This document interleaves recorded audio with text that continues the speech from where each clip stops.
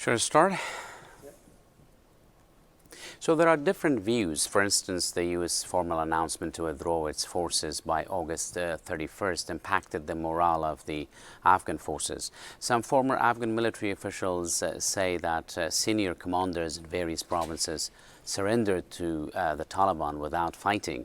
In some cases, lack of coordination and mismanagement are also reported. The U.S. intelligence agencies had previously predicted that the Afghan government might fall within 90 days or 6 months after the withdrawal of U.S. Troops from Afghanistan. But perhaps no one expected everything to fall apart so quickly.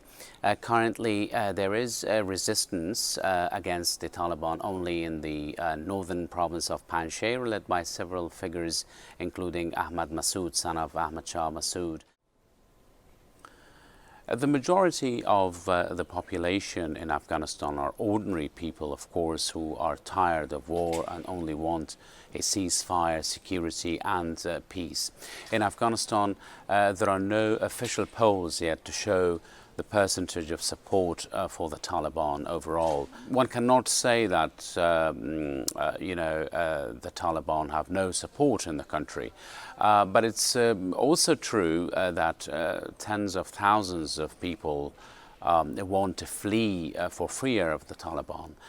Women, civil society activists, human rights activists, musicians, artists and youth are concerned one way or another about the situation. The Taliban have announced a general amnesty, saying women can return to work within the framework of Islam and Sharia, but many, including women, are worried.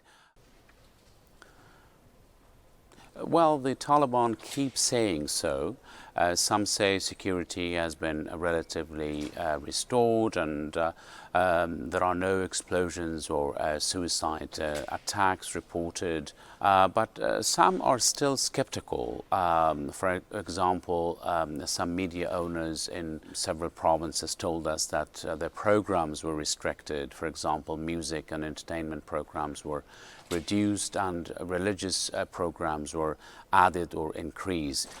We spoke to an activist in Herat, for instance, who said that their freedoms were taken away like the way they used to dress in the past. Women have borne the brunt of the long war in Afghanistan.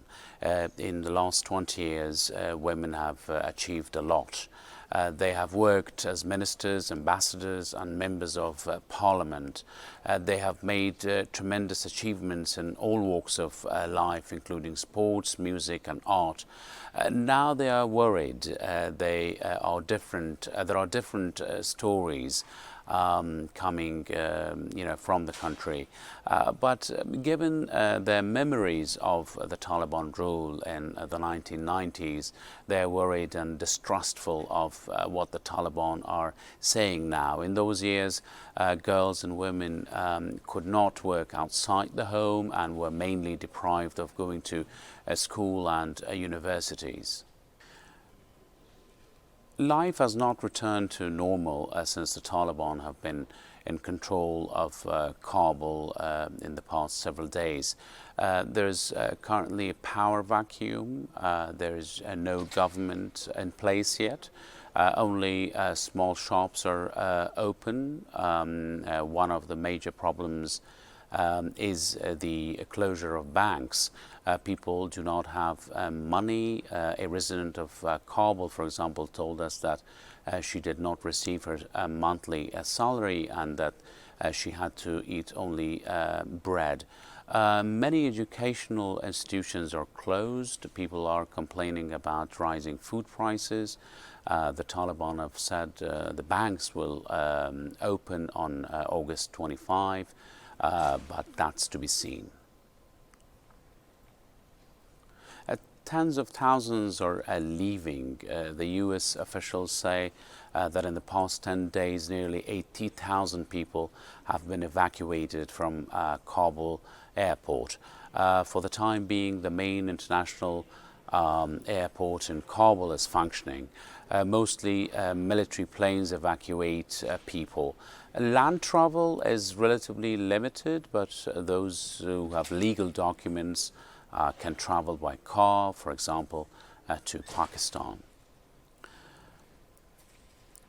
Well, it's still a bit too early to say anything about this. People want security, people want jobs, they want to live in peace and want to be safe. The last 20 years have changed the lives of people across Afghanistan. People are now more familiar with values such as democracy, human rights, freedom of expression, media, and so on.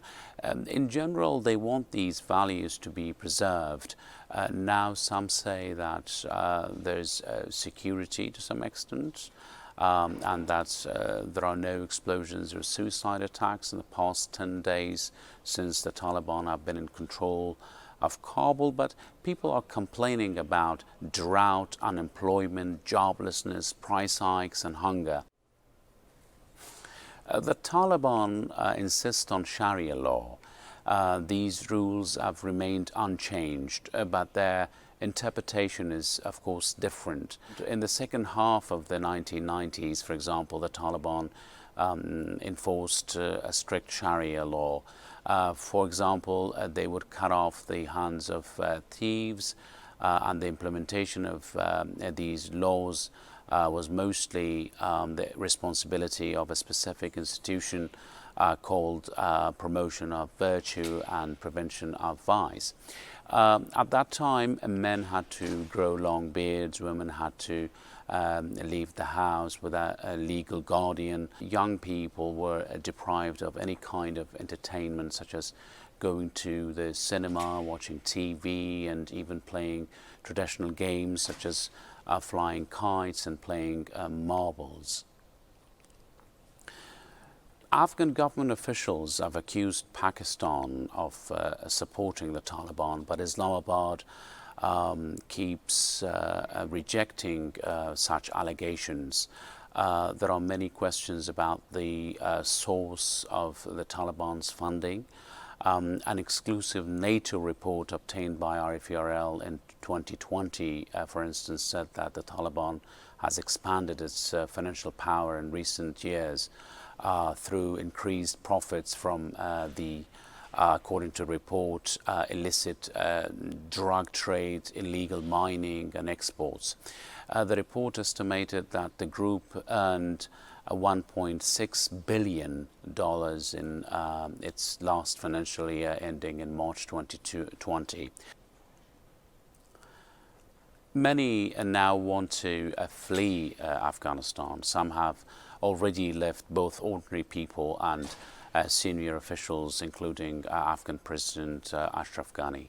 If the Taliban do what they say, if real and just peace and stability are in place and established, if strict rules are not enforced, if there are job opportunities for ordinary people, for young people, if there's economic improvement in the country, then people want to be in their homeland. Who wants to leave their homeland unless their life is in danger?